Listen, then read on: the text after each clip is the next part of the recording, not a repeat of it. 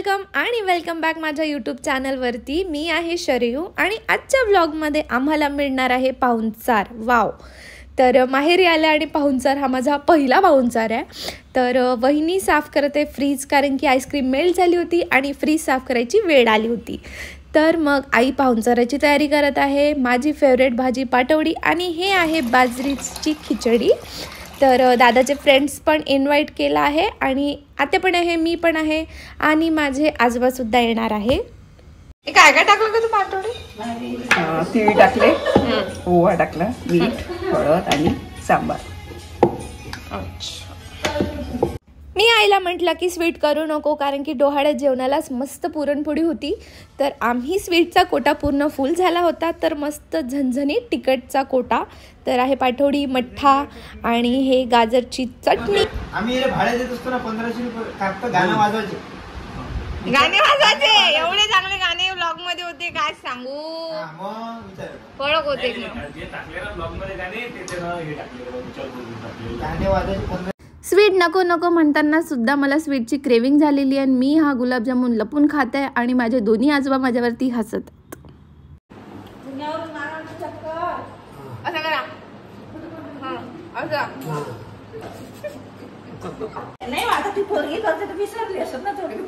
किती वर्षांनी आता तू पोळ्या करत आहे?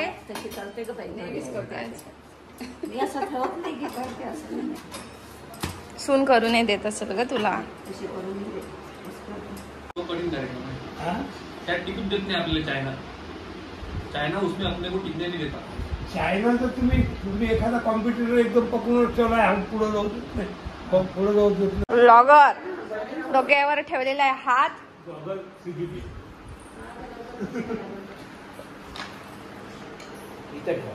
तर मेनू तुम्ही बघतच आहात, त्यामध्ये एक्स्ट्रा झालाय ठेचा आणि कैरीची चटणी। तर आम्ही आमचा पाहुणचार पोट भरून एन्जॉय केला आणि त्यानंतर आई आणि माझ्या दोन आत्या गप्पा करत आहेत आणि माझी वहिनी मला मेहंदी काढून देत आहे।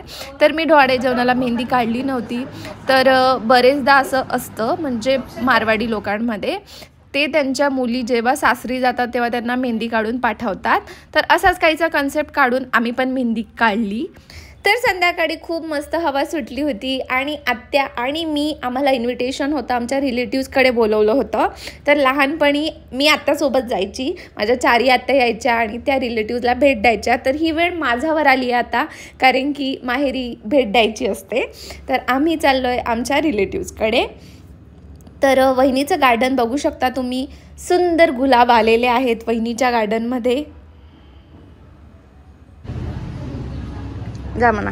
हे माझ्या काकांचं घर आहे आणि इथे भरपूर वर्ष आधी वाडा होता आमचा आणि पूर्ण फॅमिली सोबत राहत होती ॲज अ जॉईंट फॅमिली। माझे काका, माझ्या आत्या, सर्वांचं लहानपण म्हणजे बालपण इथे गेलं या वाड्यामध्ये। हे माझ्या काकाचं घर आहे, हे माझ्या आत्याचं घर आहे। तुझ्या लंबे लंबे केस तुझ्या आईचे। काय काढता होता? ती बघा ना किती मस्त बघते, निघाली आहे। किती गोली आहे म्हणा मी, बघा म्हणा किती गोली गोली आहे म्हणा मी। तर आमची भेट झाली क्यूटशी ग्रंथासोबत आणि तिथून आम्ही काकाच्या इथे आलो। इथे बराच वेळ आम्ही गप्पा मारल्या आणि मग आम्ही गेलो नानीच्या घरी। तर हे आहे आमच्या काकांचं घर आणि इथे बाहेर मस्त हवा होती, खूप छान थंड वाटत होतं। मग आम्ही म्हटलं की बंगडीवरच बसावं। तर हे बंगडी जी आहे ते खूप, याच्यावर बऱ्याच आठवणी आहेत। मग छान काकांनी आईस्क्रीम आणली, आम्ही छान आईस्क्रीम एन्जॉय केली आणि आम्ही गेलो घरी। चल हाय कर, हाय कर। कशावर टाकणार मी हा व्हिडिओ? यूट्यूबवर।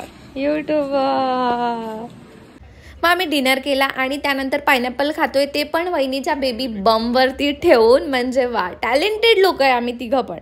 आणि छान आम्ही अंगणात चटई टाकली आणि आई, वहिनी, मी आणि आत्या छान पत्ते खेळायच्या प्लॅनिंग मध्ये होतो आणि आम्ही डिस्कस करतोय आई वैष्णवी देवी जाणार की नाही।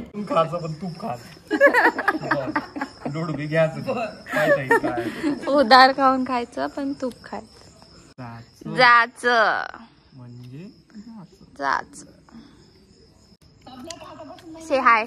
हो काय आद्या हाय बाजू द्या म्हणा कसं आळवा तेळवा बिझी हो काय चॉकलेट स्वाद काय मग सांग बरं मग.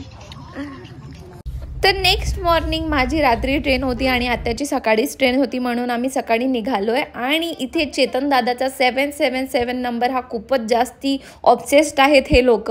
तर त्यांनी आधी 700चं पेट्रोल टाकलं आणि नंतर 77 रुपीजचं पेट्रोल टाकलं. म्हणजे विचित्र प्रकार आहे हा. कठीण काम